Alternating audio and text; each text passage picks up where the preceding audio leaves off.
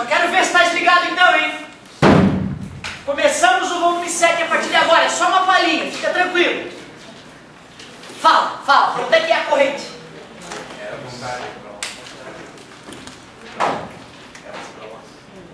Então olha só, mais palhinhas positivas, esse é mais, esse é menos, os iguais se repelem, os opostos se atraem, seria para lá se fosse um gerador, mas como esse cara está contra a corrente, absorvendo a energia dela, certamente para que isto seja um receptor, obrigatoriamente a corrente tem que ser para lá.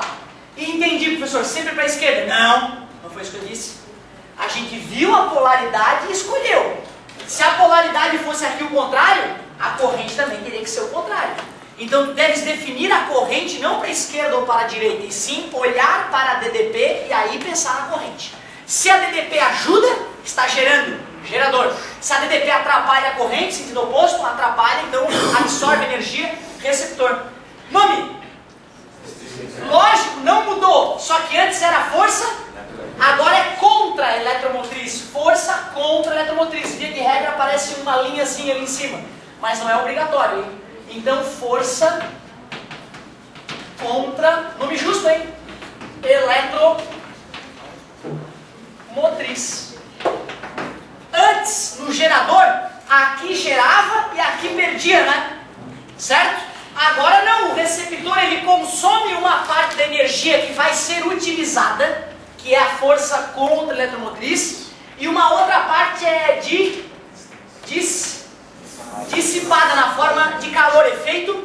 Isso, então ó, a energia que é perdida na resistência interna continua se chamando de energia dissipada e continua sendo inútil. Então o motor elétrico é um exemplo de receptor.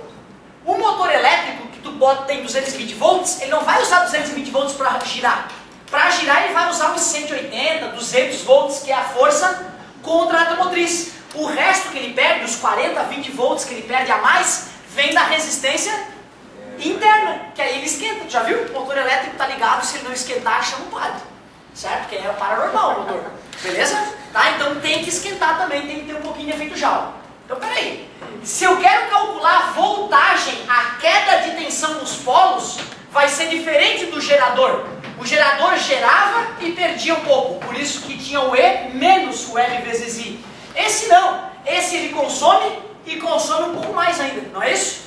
Então a queda de tensão total fica a força contra a eletromotriz mais o R vezes I. Justo, né? É uma queda mais uma queda. Então eu somo as duas quedas. Aqui gerava e perdia. Não vai estar escrito receptor na prova para essa fórmula. Tu é que tem que lembrar desse fato para conseguir distinguir qual é qual. Ó. Ah, professor, eu vou ver pelo risquinho. Não. Às vezes eles não colocam aquele risquinho ali.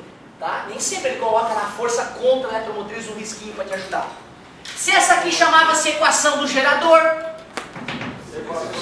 Claro, né? Tem que saber o nome da criança. Equação do receptor. Esse gráfico aí gera uma... Essa equação gera um gráfico de que tipo? Uma reta, porque é uma equação de primeiro grau. Crescente ou decrescente?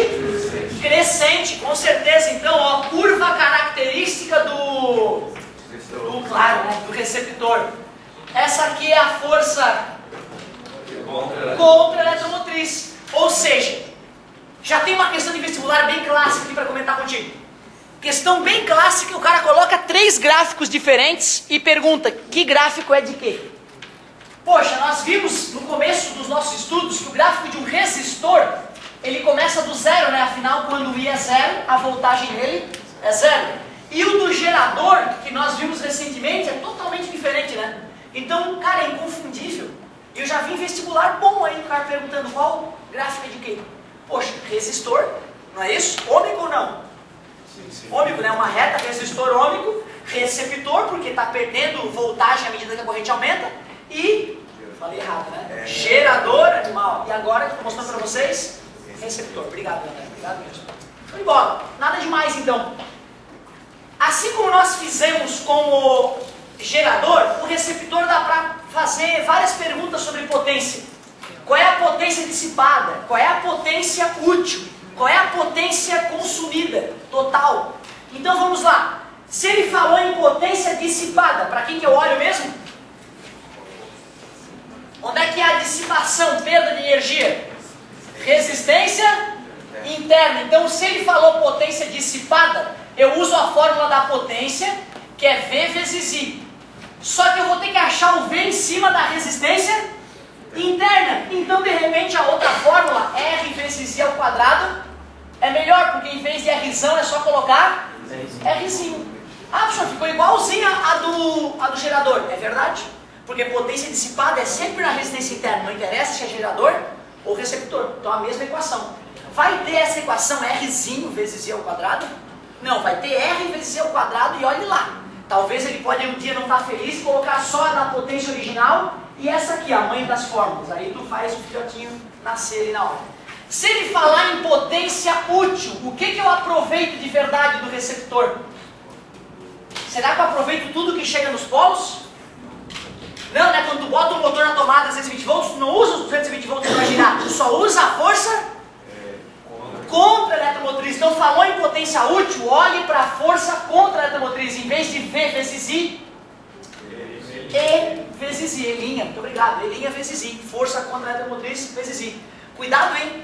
No gerador, a potência útil era dos polos. Por isso tem que estar ligado. Porque realmente o que eu aproveito de um gerador é o que ele me entrega nos polos. O que eu aproveito de um receptor é só a força contra a eletromotriz. Tá? Então, cuidado. Realmente é perigoso esse nome aí. E aí, galerinha, potência total, que também pode ser chamada de potência fornecida para o gerador. Agora sim, eu olho para onde?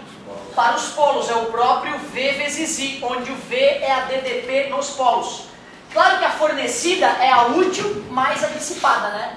Então pode-se também chamar de potência total. Olha, na verdade, se for analisar, nós só usamos os conceitos que nós já conhecíamos para um objeto elétrico diferenciado, novo, que é o gerador. Mas não mudou muito de receptor para gerador. Aliás, vamos fazer uma questão que tenha gerador e receptor, para ver como é que se processa esse tipo de informação. Vou fazer uma bem básica ali, primeiro circuitinho com gerador e receptor para a gente se preparar para as primeiras questões do volume 7.